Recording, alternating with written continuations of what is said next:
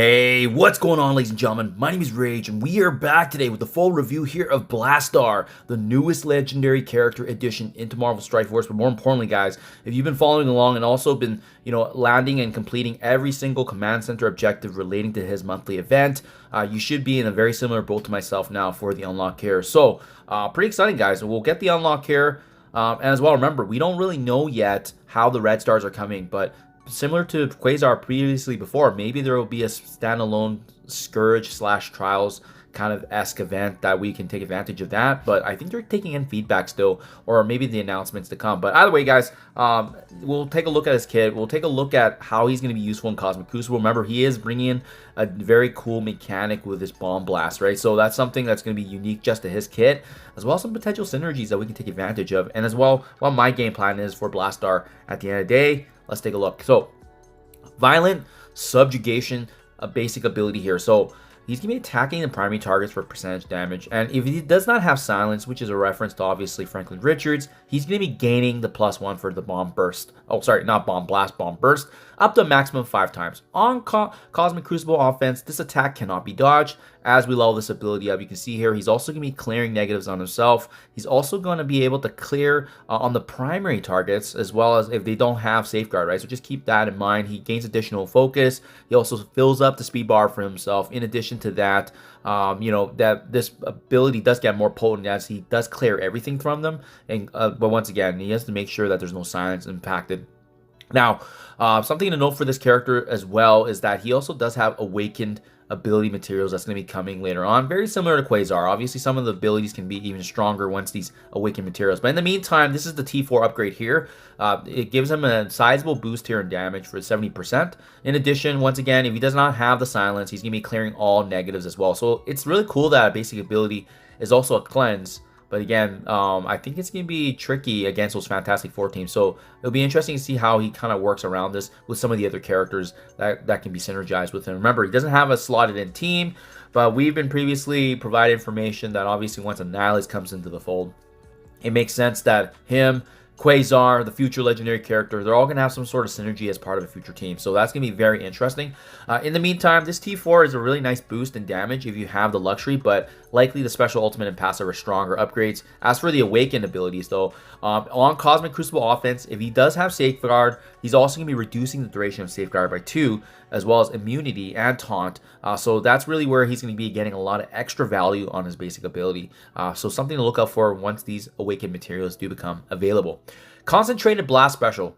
So with this ability, he's going to be applying ability block to the primary target. In addition to that, he also has a self-sustaining heal here, and this amount is reduced by 5% per bomb burst on this character, down to a minimum of 15%. So essentially, what it's saying is that you don't really want to be using his special for the heal when he does have these bomb bursts, because it works against the heal, right? So in essence, they want Blastaar to be using those bomb bursts for damage, and then conversely, his heal is more notable and stronger when these charges are actually removed off of him. So it works in tandem with each other. You can't do the double dipping, and that's where a unique mechanic comes into play, where you do got to manage those bomb bursts effectively depending on what you want to do with him in combat. As we level this ability up, piercing damage does get applied. In addition, he actually does also inflict trauma onto the primary target.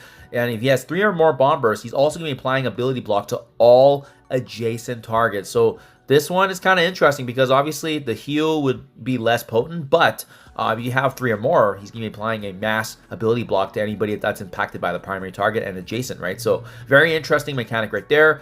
As you can see, leveling his ability up, he also does apply immunity for 2 turns to himself and all allies. And I love the fact that he can include other allies into the mix. Absolutely beautiful. And then with the T4 upgrade here, there's no Awakened materials for this ability, so to speak. He does actually also provide Safeguard for 2 turns for himself.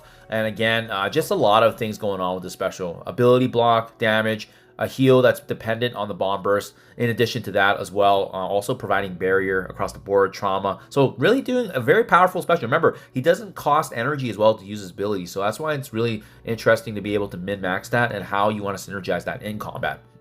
So for sure, without question, got to get that upgrade there with the T4. Sweeping Destruction, ultimate ability, attacking all enemies for 50% piercing. This attack gains additional benefits based on the number of bomb bursts on this character. So you can see, once again, very similar to the special, he's going to be gaining additional piercing per bomb burst on him, up to a maximum of 250%.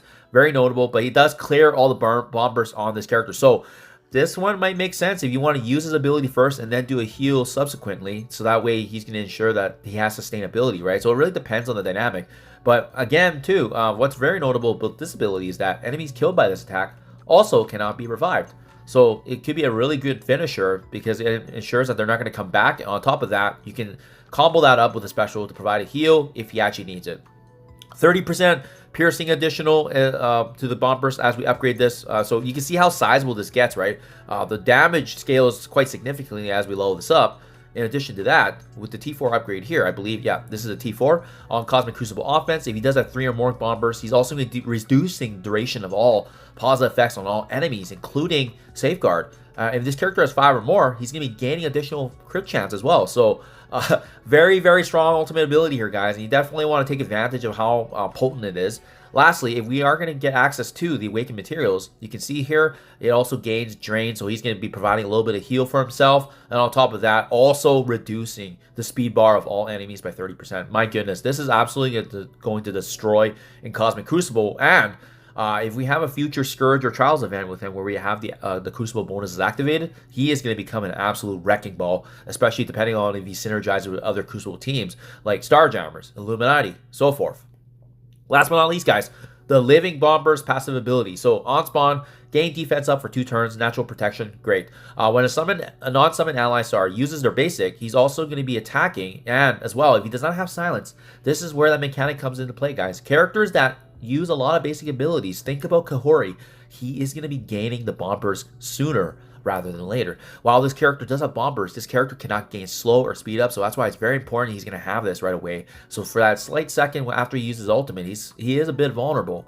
On Crucible offense, when a non-summon ally uses their basic and they don't have Safeguard, he's also going to be clearing all positives on that primary target. On top of that, gaining additional focus once again. Gain Safeguard for 2 turns thanks to the T4 upgrade here. Very notable. And he also fills up the speed bar by 30% once again when the basic is being used. So there's a lot of value when the basic's used. He's going to be getting his turn faster and his bomb bursts are filling in, and which gives him all the benefits including additional focus, damage, so forth, right? And then finally, guys, the Awakened ability materials here is going to allow him to once again reduce the durations of Safeguard and Immunity by 2, as well as the taunt. And while he has bomb bursts, this character's speed cannot be reduced. So obviously, the bomb burst mechanic within him really provides a lot of value, especially in Cosmic Crucible, guys. So special, ultimate, passive, definitely the most notable. The basic is still really good as well. But guys, I think well questioned. His most notable ISO-8 has got to be a Raider, just because of the notable damage he's going to be doing across the board. The fact that he has a 50% extra crit chance when he is able to actually maximize on the maximum number of bomb bursts available.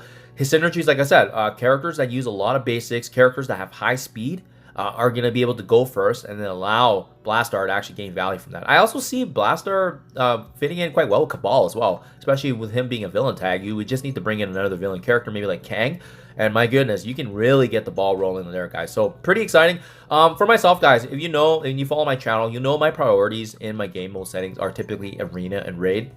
So I am going to slowly build up Blastaar. I don't see an immediate need right now just because I'm still doing decent in Crucible without him. Although he is going to fit in nicely once I build him up, he's not immediate for me just because we know we have Hellfire Club coming and another Tech Raid team coming as well. So, and then obviously the Insidious 6. So just something to be on the lookout for there, guys. That's my game plan. Anyways, let me know down in the comments below. Are you guys building them right away? Are you excited? Have you used them? Let me know down. I'd love to hear back. Thank you for your time as always, guys, and I'll catch you guys in the next one.